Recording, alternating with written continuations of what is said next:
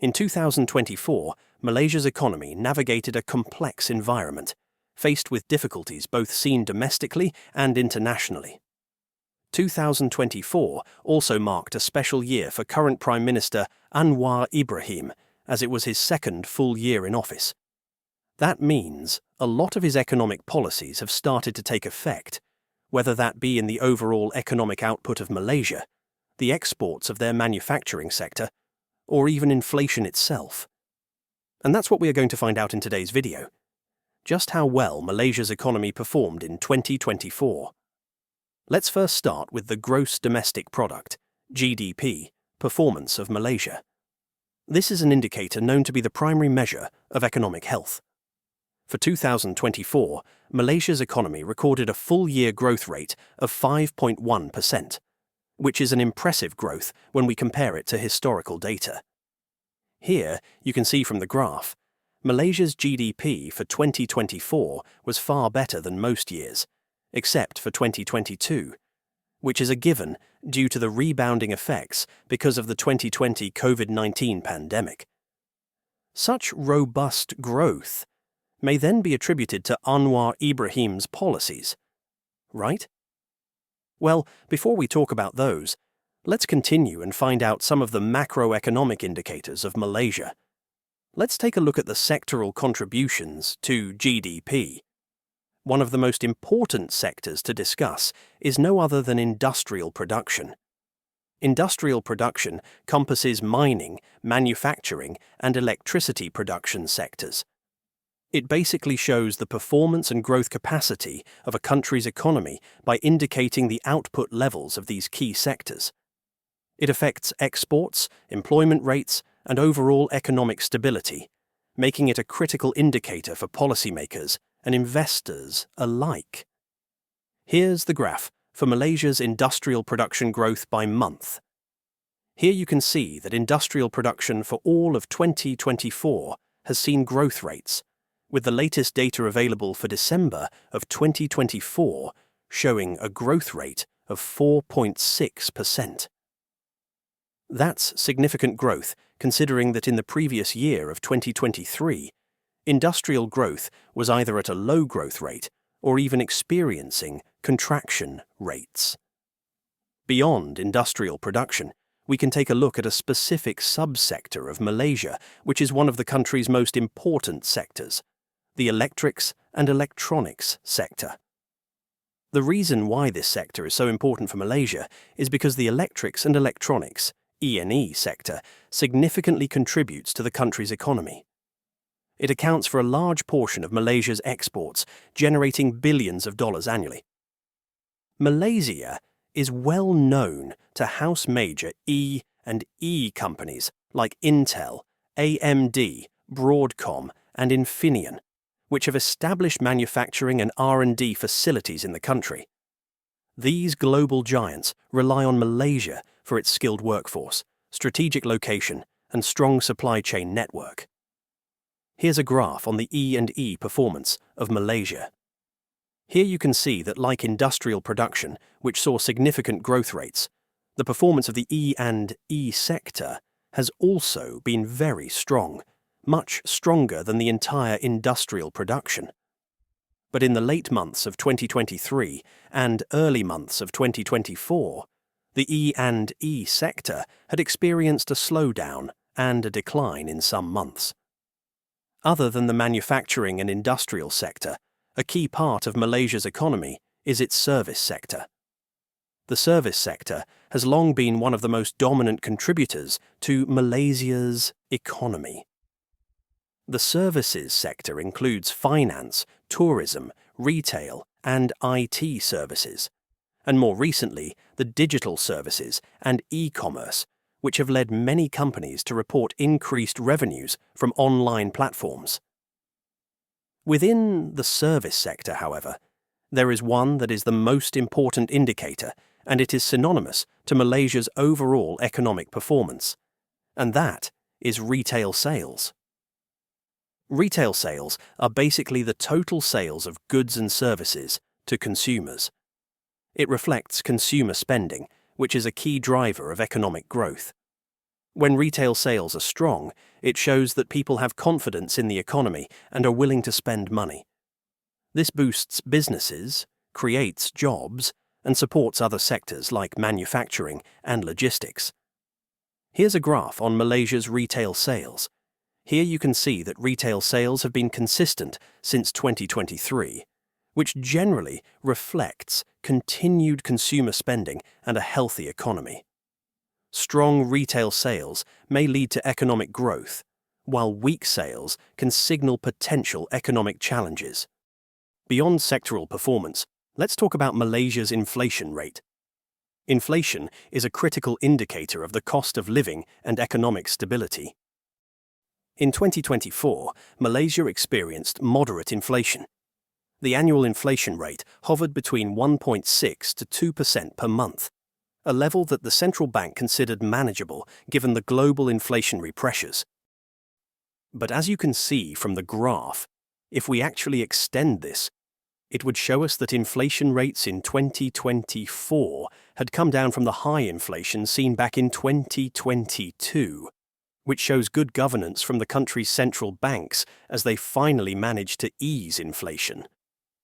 Unfortunately, even though overall headline inflation is moderate now, other sectors have experienced higher inflation in 2024. For instance, here's a graph on the food and beverages.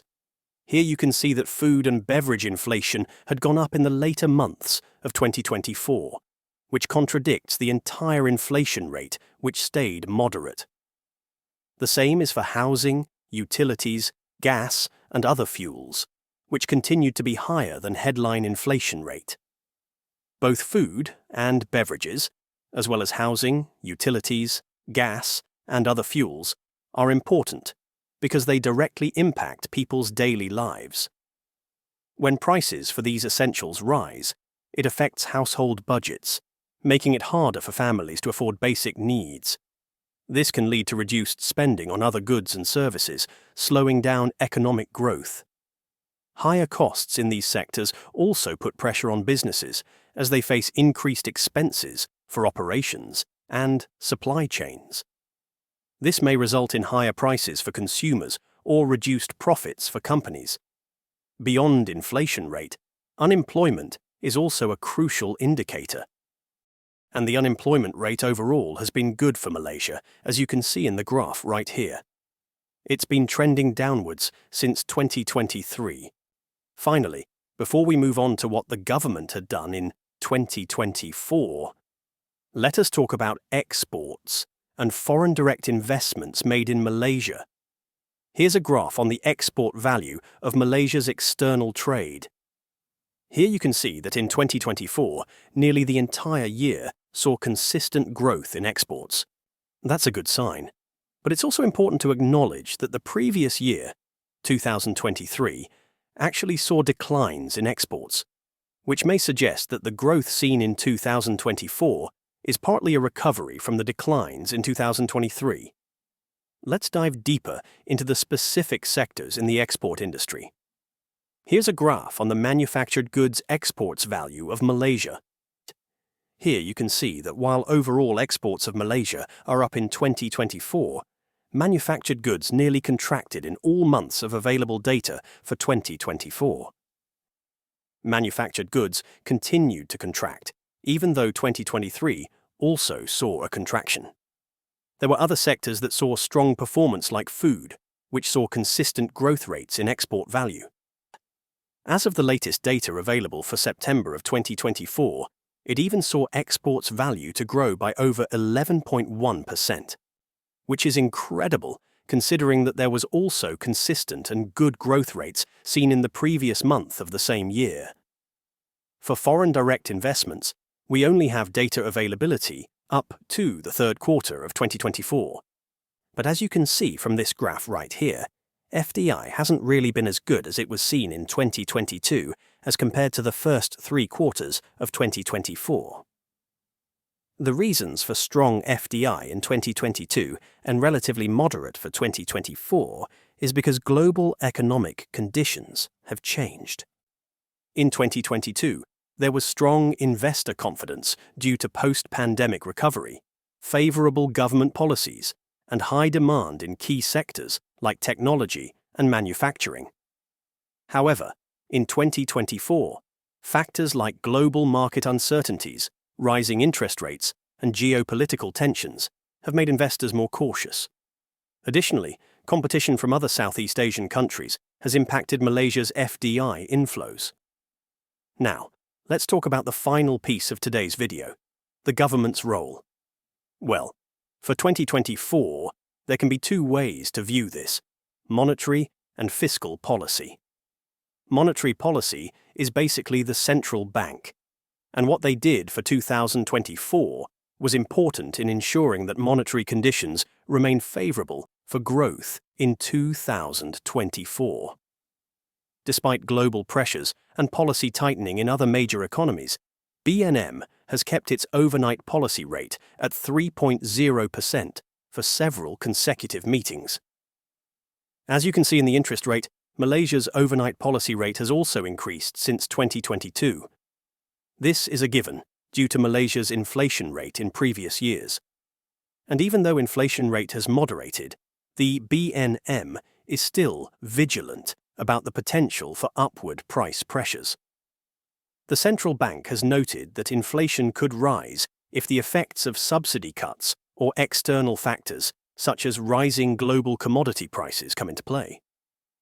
By keeping interest rates steady and maintaining a flexible exchange rate, BNM is ensuring that the ringgit remains resilient and that monetary policy can be adjusted promptly if needed. On the fiscal side, the Malaysian government had been lowering its budget deficits, meaning they were borrowing less to fund their expenditures. Here's a graph for that. Here you can see that overall balance has declined since the 2020 COVID-19 pandemic, but it is still much higher than pre-COVID-19 levels. Now, so what did the government spend on for 2024?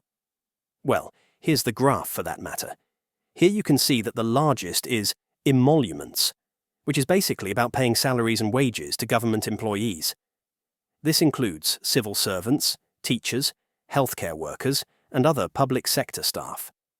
It's a major part of government spending because it helps keep public services running smoothly. Following that, the government also spent a lot on subsidies and social assistance, which is aimed at helping lower-income groups manage the rising cost of living. This includes fuel subsidies, food assistance, and financial aid programs to support vulnerable communities. These subsidies are important as they help reduce the financial burden on households, especially during times of economic uncertainty. And, as you can see, there's a lot of other components, but that basically shows what the government spent their money on for 2024. But anyway, do let us know what you think. Thanks for watching.